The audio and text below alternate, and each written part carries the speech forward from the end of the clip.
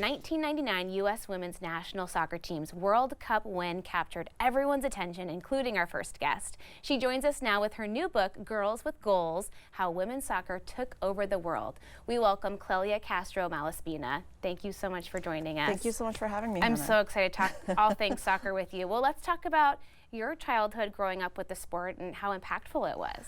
Yeah, so I'm a child of the 90s and then grew up in the suburbs of New Jersey, and that was the time where soccer really took a big hold on the suburban culture. I grew up as a kid playing soccer, played in high school, and just loved the sport. And it was really the summer of 1999 that kind of clinched my love of the sport. Yeah, I think a lot of people can share that experience.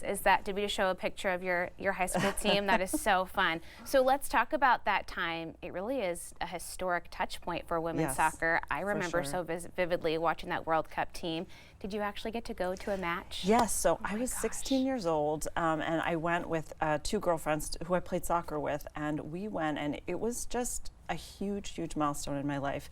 You know, I was a sports girl, so my influences were like Michael Jordan, Wayne Gretzky, these superstar players, Andre Agassi, but they were all men, right? And here we were, there were these strong, powerful athletes who wore sports bras and ponytails, just like me and my friends. It was like such an impactful moment. It's just a moment of such power, and it was the first time I'd seen girlhood and feminism really celebrated in that way, and I was absolutely thunderstruck seeing these women, and that really stuck with me from then on.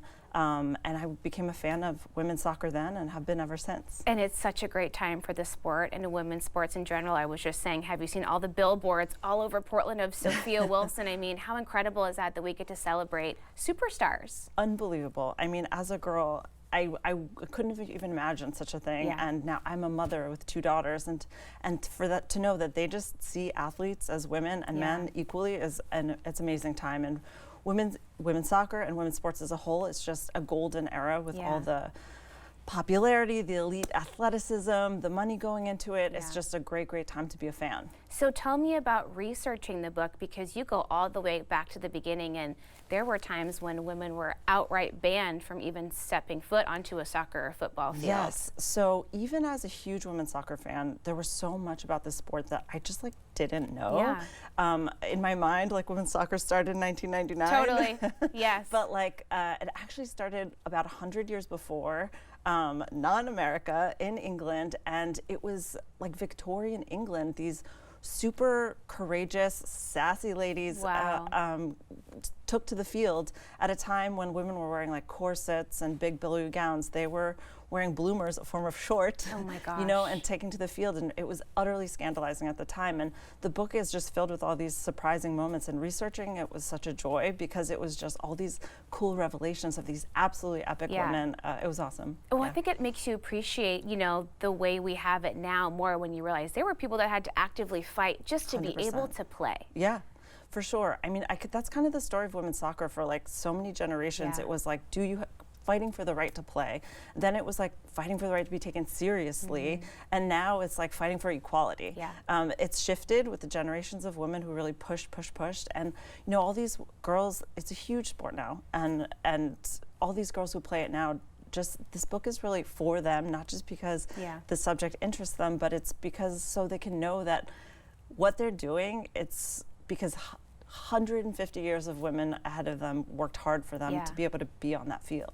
What about sharing these stories with your own kiddos? I mean, it must be really special to be able to look back and say, hey, this is something to celebrate right now. Oh, 100%. And as a mother of two daughters, I'm always looking for ways to uplift their womanhood, their girlhood, and make them feel strong and powerful. And it was super easy when it comes to women's soccer players and this history there. And I'm just super, super proud and happy to just be able to share it with Portland's people. a great soccer city, so That's of course for sure. We're happy that you're visiting us today. We've got some video of just some recent Thorns action, and I mean, that must just be fun too, to be able to go to a major league sporting event, and it's a whole experience. Oh, it really is, and it's so family friendly, it's so welcoming. It's just one of the best kind of sporting events you can take a kid to. It's awesome. Love going. And what about, I'm just thinking about as we keep moving forward, like all the research you did for the book, and it's kind of the first of its kind in this space, right, for kids and teens who are becoming fans of the game. Yeah, for sure. I mean, this is really the first book that looks at women's soccer from the very beginning to now. It covers the entire range. I was actually surprised this book didn't exist before because there's so many avid fans, including myself.